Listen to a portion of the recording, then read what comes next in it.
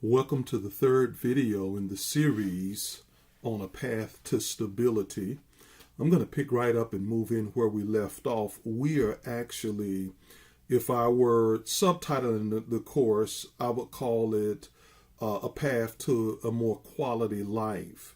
We're dealing with the pain factor, and we spent a couple of videos on that, and I just want to jump right in and continue. Again, this is the third official video. You can go back and listen to the previous one. That'll bring you up to speed. What I would like to do today is get right into our methodology or our choices for dealing with our pain. Pain is something that isn't going to go away. It's caused for multiple reasons, and it's something we have to face and deal with in life. But how we do it determines the quality of life that we have. And so let's talk about options. Let's just jump right in. There are basically four options for dealing with pain. And we subconsciously or consciously do it. But what I'd like to encourage you to do is be conscious about how you deal with it. The first thing you can do is ignore your pain. It's called denial. Many people will say, "I'm okay, I'm fine," and and so they just ignore it. They pretend that it doesn't exist. Sometimes the people around them can see that you're hurting, you're really in pain. It's affecting your personality. They no, I'm fine, I declare I'm fine, and they go on. Many people ignore pain. In fact, you can become a master at that and go a lifetime actually ignoring your pain. Okay? A second thing is denial. And ignoring and denial can really go hand in hand. When you deny it, you tell yourself, "I'm okay. It doesn't exist. I'm fine." And you run on and you run on and you do different things. But if you're going to have a quality life, ignoring what hurts, ignoring where you suffer, ignoring where you might be struggling, or denying it is just not going to work. It is going to eclipse you of really a quality life. All of us have had unfortunate things. All of us have to deal with this package called life. And if you're going to do it in a quality way, then you have to exercise a different option. The other thing I want to mention here is that we run from our pain.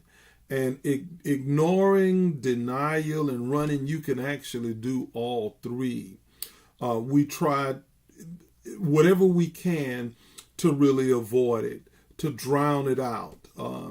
We try to avoid situations that bring it to the forefront. We may try to avoid people that bring it to the forefront.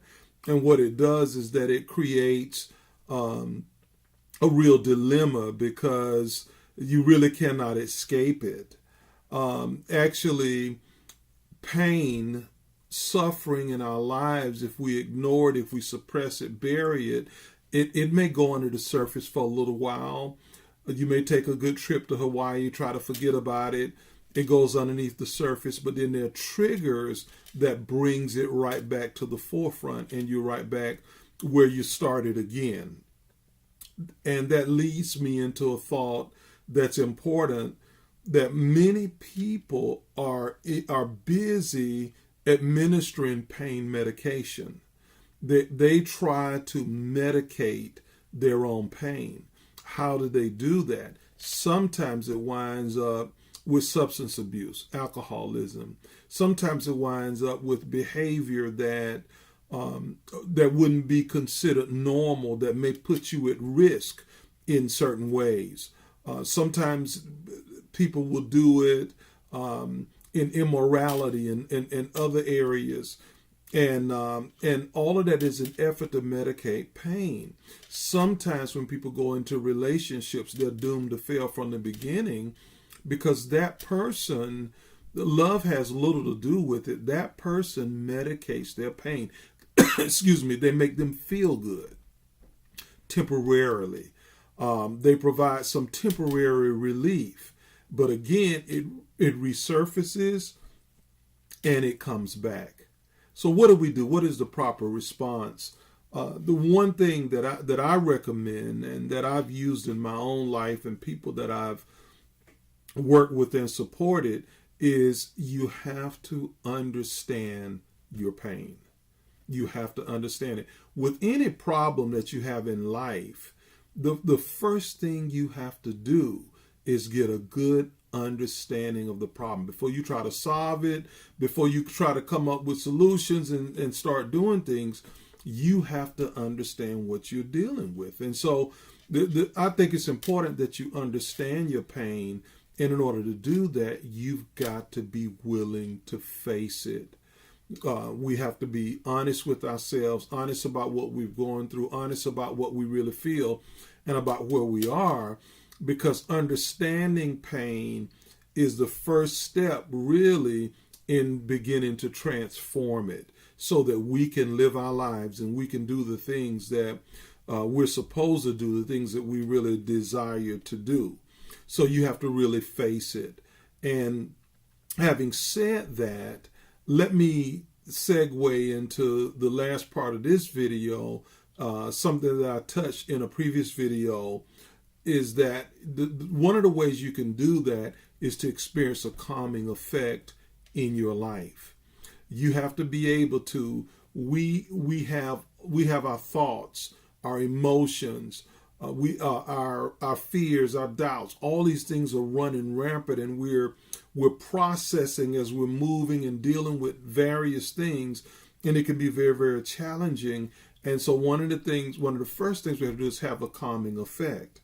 And as I mentioned in a previous video, one of the most powerful things you can do, very simple, not talked about enough, although the medical community, the business community now are talking about it, and they're talking about general meditation, not necessarily associated with religion, but general meditation, the effects of that. A lot of writing, a lot of things on that. The people are trying to help their executives and leaders cope with the stresses of life.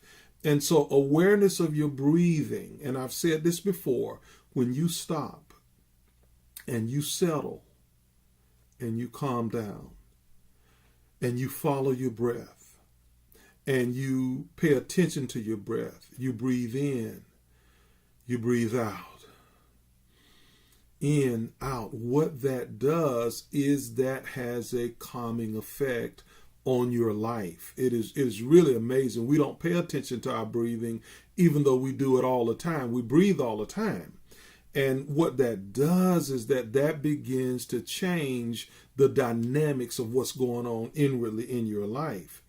It also brings you into what I call the present moment, where you can put your attention in the now. You are not lost in the past, worrying about remorseful over or regretting what happened in the past, wishing it wouldn't happen. You're not fearful about the future. You can stop and you can be where you are in the now. You learn to live in the present moment. It affects everything, because you can be your relationships. You can truly be with a person without your mind wandering. If you're working, you can concentrate and do that. If you're relaxing, you can do that. But breathing, following our breath, relaxing, helps us to be present and to recognize the present moment. Also, following your breath creates space for internal perspective. Sometimes we get a little bit confused. We think that we are our thoughts or that we are our feelings, and really thoughts and feelings are things that flow through us as human beings, but they don't identify us. We can change our thinking. We can manage our emotions. And so when you stop to breathe, you begin to see, not only you're aware of your breath, you begin to see the thoughts and the causes of thoughts that flow in and out. Take some time, take just a few minutes, get quiet. Many times people walk around all day, they never feel the earth under their feet.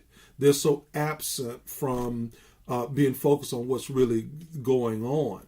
And so take some time, do that. I'm going to be back with another video to help and support you. There are many coming.